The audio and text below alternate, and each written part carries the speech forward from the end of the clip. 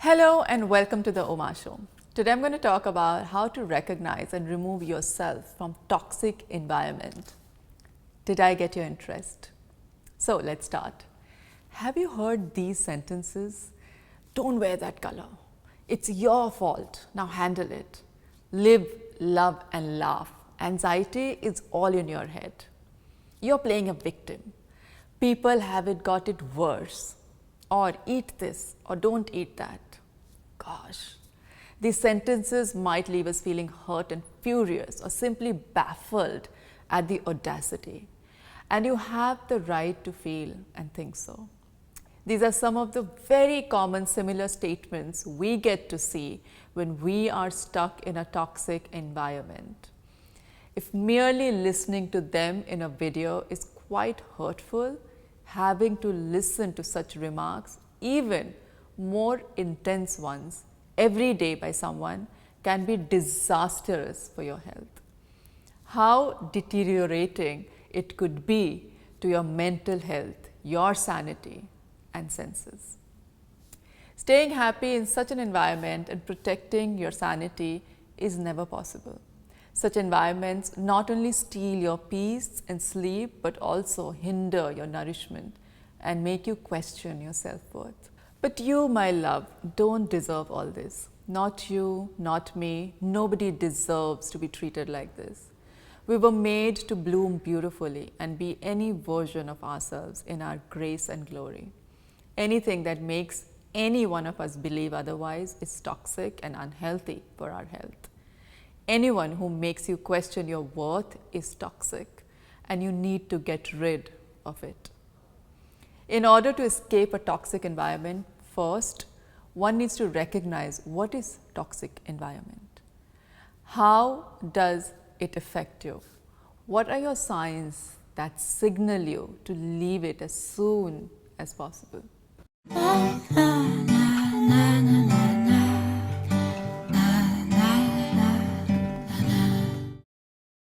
So to be precise, a toxic environment can be any place or any behavior that causes harm to your health, happiness and well-being and is playing a part in hindering your growth. If you are around people who make you feel small, insecure or bad about yourself, it's time to depart from this brutal environment. So how to recognize it? No matter how much you run, there will be always plenty of negative forces trying to pull you down, stopping you from becoming your best, drawing your attention away from your goals, yourself and your well-being. You have to love yourself enough to train your mind and recognize things that can high-key or low-key damage you. Let me tell you something that people who are toxic for you can end up doing to you intentionally or unintentionally. Number one, the manipulation game is strong. If they try to control you by telling you what you want to hear and make threats when they feel they're losing control, then you are in danger. Love, as they are manipulating you to meet their needs. Number two, they intrude your boundaries and personal space. Not respecting your boundaries should be the biggest red flag. If they keep on disrespecting you, forcing you to talk about things you don't want to, or push you to do things you don't feel comfortable with, anything that can hurt you. They want to know everything about you and leave you no personal space to breathe. It's high time to tell them to pack their bags and leave, or you leave. Your growth and freedom are compromised. You're not free to learn and grow and make decisions on your own. They're telling you not to apply for that job, not to try that haircut, or that you are too dark or white to put that color on, or don't eat this, don't eat that. Bid them farewell before it's too late. Number four, insensitivity. They blame you for your feelings instead of helping you out. They never offer you a helping hand, make you feel guilty over your struggles. They judge you by your looks, religion or status, discuss your traumas openly or even worse, joke about it. Number five, toxic positivity. I think we all hate this one. When you share your problems with them, they bombard you with something like, look around the world, it's beautiful, try to enjoy it. You should try being a little religious, or think positive, be grateful, life is so much to give you. No one needs to hear this century-old forced positivity. Number 6, they can't take no for an answer. They think they always deserve a yes from you, obedience and affirmations.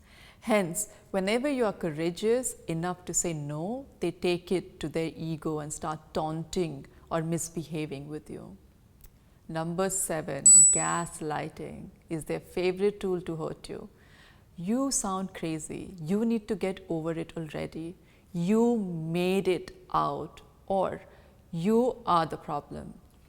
This is how they make you feel less grounded in your world view, induce self-doubt in you, attack your character so much that your sense of self-worth decreases drastically. You lose your voice and fear to share your opinions. They point out flaws to shake your confidence.